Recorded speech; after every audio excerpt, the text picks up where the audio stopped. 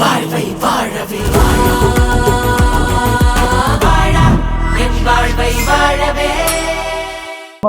மாண்புமிகு பாரத பிரதமர் திரு நரேந்திர மோடி அவர்கள் வருகின்ற 23ஆம் தேதி தமிழகத்திற்கு வருகிறார்கள். அன்றைய தினம் தேசிய ஜனநாயக கூட்டணியினுடைய தேர்தல் பிரச்சாரத்தை மாண்புமிகு பிரதமர் துவங்கி வைக்கிறார்கள். இன்று மாலைக்குள் அது எந்த இடம் என்பது அகில இந்திய தலைமையால் முடிவு செய்யப்பட்டு அறிவிக்கப்படும். ஆகவே தமிழகத்திற்கு மாண்புமிகு பிரதமர் வருவதை ஒட்டி தேசிய ஜனநாயக கூட்டணி மகத்தான வெற்றி பெற வேண்டும் என திருப்பரங்குன்றம் முருகனிடமும் மேலே இருக்கின்ற காசி விஸ்வநாதரிடம் ஆசி பெறுவதற்காக இன்னைக்கு நான் வந்திருக்கேன். இன்று காலையில் அகில இந்திய அண்ணா திராவிட முன்னேற்ற கழக முன்னோடிகள், முன்னாள் அமைச்சர்கள் திரு ஆர்பி உதயகுமார் அவர்கள், திரு செல்லூர் ராஜு அவர்கள், முன்னாள் மேயர் திருப்பரங்குன்றம் சட்டமன்ற உறுப்பினர் திரு ராஜன் செல்லப்பா அவர்கள் அனைவரும் வந்திருந்தார்கள். முதல்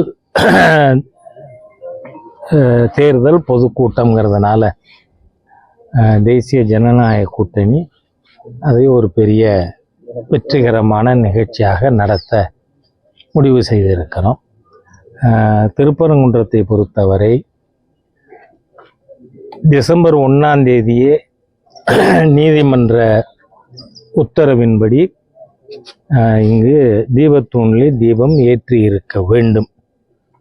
அதுக்கப்புறம் திருப்பியும்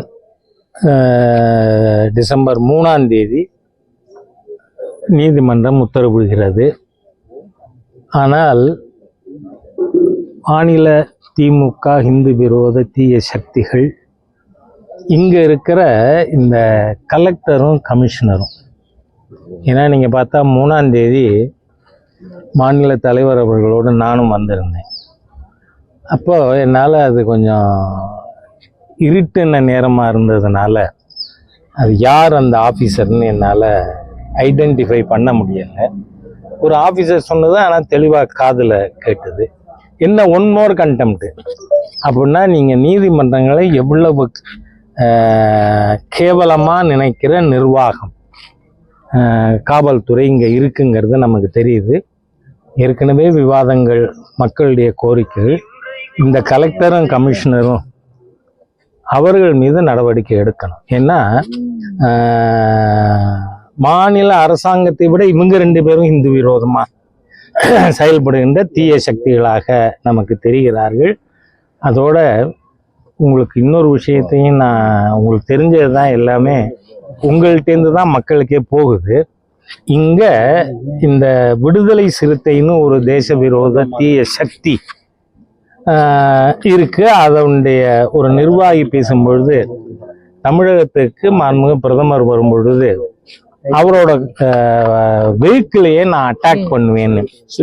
ஆனா என்னவோ சிறுத்தை என்ன அந்த தீய சக்தியை இன்னி வரைக்கும் கைது பண்ணல. அதாவது இங்க மாவட்ட நிர்வாகம் எவ்வளவு தூரம் ஹிந்து விரோதமா இருக்கு. நீங்க உள்ளூர் ஹிந்து பெண்கள் 17 பேரை கைது பண்ணி வச்சிருந்தாங்க. அன்னைக்கு கூட நான் வந்திருந்தேன்.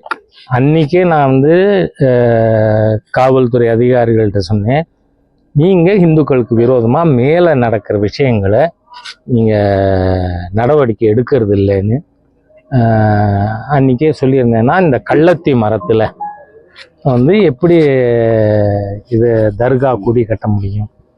ஏன்னா 1931 பிரிவி கவுன்சில் ஜட்ஜ்மெண்ட்டு ரொம்ப தெளிவாக இருக்குது. அது தி ஸ்ட்ரக்சர் கிளைம்டு பை முஹம்மடன்ஸ். அவங்க தர்காங்கிற வார்த்தை கூட அந்த தீர்ப்பில் பயன்படுத்தலை. தி ஸ்ட்ரக்சர் கிளைம்டு பை முஹம்மடன்ஸு அவங்களுக்கு மொத்தம் இருக்கிற அதிகாரமே 33 சென்ட்டு தான். அதில் நீங்கள் 1923 ஆகஸ்ட் 25ஆம் தேதி டிஸ்ட்ரிக்ட் கோர்ட்டினுடைய ஜட்ஜ்மெண்ட் வருது. அந்த ஜட்ஜ்மெண்ட்டை பிரிவி கவுன்சில் இன் டோட்டோ அப்ரூவ் பண்ணியிருக்கு.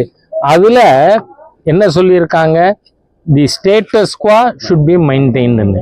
அதனால 1931 1923 ஆகஸ்ட் 25 இருந்த நிலையிலே இன்னைக்கு அந்த தர்கான்னு சொல்ற கட்டடம் தி ஸ்ட்ரக்சர் கிளைம்டு பை மொஹம்மடன்ஸ் பராமரிக்கப்பட்டிருக்கா. அதுக்கு மேல எனக்கு இன்னும் தகவல், மேல இன்னும் சில பணங்களை போச்சிருக்கானுங்க. ஏன்னா இந்த அரசாங்கமே பணம் புதைக்கிறார் சார் இருக்கார். காரணம், இந்துக்களுடைய புனிதமான தீபத்தூணை இந்த சட்ட மந்திரின்னு சொல்ற ஒரு சட்ட ஞானமே இல்லாத நபர் ரகுபதி அதை என்ன சொல்றாரு, பணம் புதைக்கிற இடத்துல தான் பணம் புதைக்கணும். ரொம்ப நியாயம்.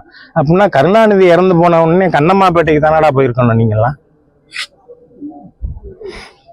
எதுக்கு கடற்கரைக்கு ஓடுறீங்க? கண்ணம்மாப்பேட்டைக்குள்ள போயிருக்கணும். பணம் புதைக்கிறது பணம் புதைக்கிற இடத்துல பண்ணணும். ஆகவே ரகுபதி போன்ற ஹிந்து விரோத தீய சக்திகள், சேகர் பாபு போன்ற ஹிந்து விரோதிகளுக்கு நான் சொல்றேன், நீங்க அதிகமா பேசாதீங்க. நாங்க அடிச்சா நீங்க தாங்க மாட்டீங்க. அதனால எச்சரிக்கையோட இருக்கணும். உங்க ஹிந்து விரோதத்தை நிறுத்துங்கள். இந்த தேர்தலுக்கு முன்பாக இப்ப தை மாசம் பூசம் வருது, அதை ஒட்டி கார்த்திகை வருது. அதனால அதுக்குள்ள இங்க தீபம் ஏற்றணும். ஏற்றலைன்னா இந்த இஷ்யூ எலெக்ஷன் இஷ்யூவா திராவிட முன்னேற்ற கழகம் என்கின்ற தீய ஹிந்து விரோத சக்திகளை வீட்டுக்கு அனுப்ப வீடு வீடாக ஹிந்து ஆர்வலர்கள் இதை எடுத்து செல்வார்கள். நன்றி சார். இப்ப நீதிமன்றம் கூறியதன் அடிப்படையில கள்ளத்தி மரம் தொடர்பா புகார் கொடுக்கப்பட்டிருக்கு கோயில் நிர்வாகம் தரப்புல. ஆனா அடையாளம் தெரியாத சிலர்ன்ற மாதிரி சொல்லி நான் என்ன சொல்றேன், இந்த சர்க்காரு, இந்த கமிஷனர், கலெக்டர் எல்லாமே அடையாளம் தெரியாத ஆட்கள் தானே. நான் கேட்கிறேன், அன்னைக்கே நான் கேட்டேன், இங்க அவரு டிசி பேர் என்ன,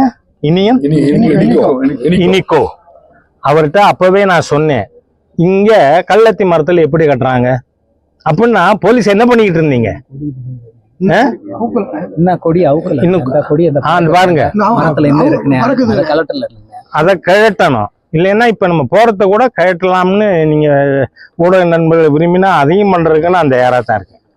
ஏன்னா முழுக்க முழுக்க தேச விரோத தீய சக்திகள் கையில, அதாவது ஹிந்துக்கள் மேல கேச போடுறது, ஹிந்து பெண்களை கைது பண்றது, கொஞ்சம் கூட வெக்கங்கட்ட நிர்வாகம். இந்த கலெக்டரும் கமிஷனரும் அவ்வளவு பெரிய ஹிந்து விரோதிகளா? நான் கேட்கிறேன், நீங்க எப்படி அனுமதிச்சீங்க?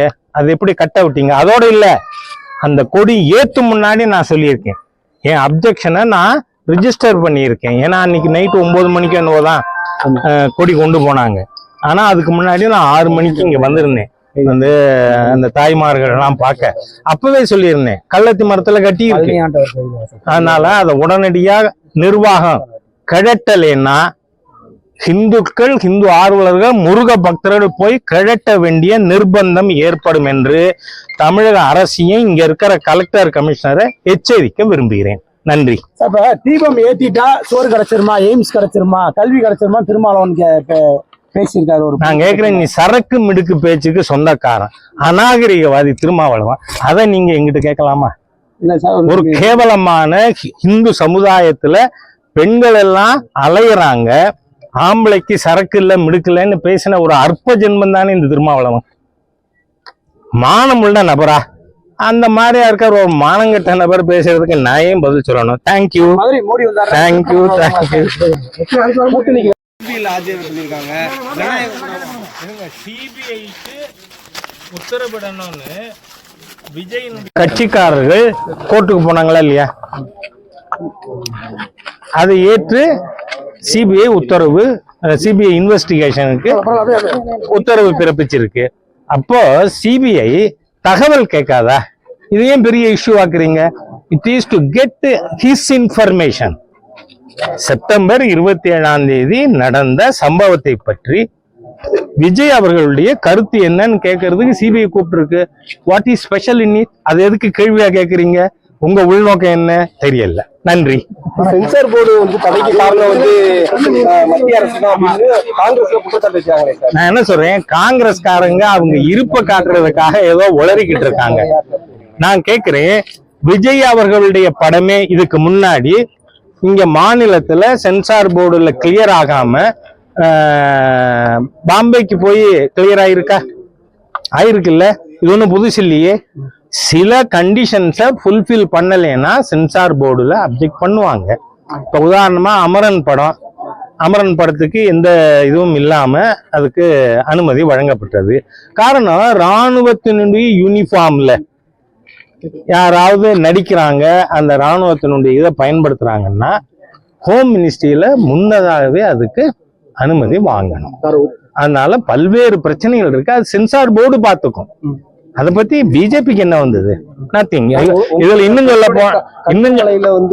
தியேட்டர் கொடுக்காம அரசியல் பண்ணாங்க. அந்த இல்ல தயவு பண்ணி தப்பான நேரேட்டிவ் செட் பண்ணாதீங்க. கந்தன் மலை படம் தாமரை டிவி யூடியூபுக்காக உற்பத்தி செய்த படம். தியேட்டருக்கு திரையரங்கம் கொடுக்கல அப்படின்ற மாதிரி குற்றச்சாட்டு. நான் என்ன சொல்றேன், சொல்றவர் யாரு? ஹெச் ராஜா சொன்னேனா? இல்ல அது ப்ரொடியூசர் சொன்னாரா? டைரக்டர் சொன்னாரா? இல்ல, நானே சொல்றேன். அது தாமரை டிவி யூடியூப் சேனல் அதுக்காக ப்ரொடியூஸ் பண்ண படம். அதனால இதுலயும் ஏற்கனவே விஜய் அவர்களுடைய படத்துல இங்க சென்சார் சர்டிபிகேட் கிடைக்காம மும்பைக்கு போய் வாங்கியிருக்காங்க. அதனால அதுல ஸ்பெஷலா சொல்றதுக்கு ஒண்ணும் இல்லை. அவரே சொல்லல. நீங்க பார்த்தா நம்ம முதலமைச்சர் ஸ்டாலின் மாதிரி இருக்கிறவங்க அது யாரும் எழுதி கொடுத்தாலும் உளருவார், எழுதி கொடுக்கறதுனாலும் உளருவார். அந்த மாதிரி பேசலாம். But centre has got no connection.